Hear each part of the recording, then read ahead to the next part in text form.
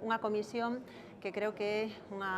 dos asuntos máis relevantes que imos tratar nesta legislatura, porque estamos falando de que vamos a intentar poñer transparencia donde o Partido Popular ten total opacidade en aspectos que son importantes para a cidadanía, porque estamos falando de como se están utilizando os cartos dos galegos e das galegas para beneficiar a empresas vinculadas con altos cargos do Partido Popular e mesmo como se tomaron decisións como é a construción privatizada do Hospital de Vigo que lle supuxeron un roto moi grande ás arcas públicas do noso país. E desde o BNG imos ir até o fondo presentando un plan de traballo que vai a ser un plan de traballo riguroso, un plan de traballo onde entendemos que os máximos responsables da xestión dos recursos públicos teñen que vir a comparecer, tanto o actual presidente, o señor Rueda, como o expresidente, o señor Feijóo, porque ademais estamos falando que algunhas das empresas beneficiadas pois vinculan directamente a persoas vinculadas co seu entorno familiar e tamén é inexcusable